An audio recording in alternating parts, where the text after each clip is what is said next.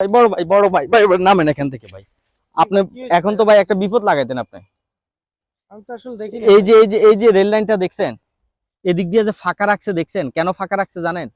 আসলে সঠিক জানেন না? কি কারণে ভাই? শুনেন প্রিয় দর্শক, আপনাদের সকলের উদ্দেশ্যে একটা কথা বলি, যারা রেল লাইনে ভিডিও বানাতে আসেন জংশন লেক পার্কে, তাদের উদ্দেশ্যে বলতেছি যে রেল লাইনের মাঝখানে এই যে পাশে দিয়ে এরকম দুইটা লাইন দেখবেন, কখনো এদিক দিয়ে আপনারা হাঁটবেন না।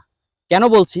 যে কোনো সময় স্টেশন থেকে যদি কম্পিউটারে চাপ দেয় তাহলে কিন্তু এই জিনিসটা এদিকে লক হয়ে যাবে, আবার এদিকে চাপ দিলে এদিকে লক হয়ে যাবে। যে কোনো সময় কেউ যদি এদিক দিয়ে যদি পাটা যদি কোনোভাবে যদি আটকে যায়, যে কোনো সময় একটা বড় ধরনের দুর্ঘটনা ঘটবে। তাই সবার উদ্দেশ্যে বলছি, সাবধানে চলাফেরা করবেন, জীবনের মায়া করেন, কারণ হচ্ছে সময়ের থেকে জীবনের মূল্য অনেক বেশি। সবাই সাবধানে থাকবেন এবং ভিডিওটা সবাই সর্বোচ্চ শেয়ার করবেন যাতে সবাই দেখতে পারে। ধন্যবাদ সবাইকে।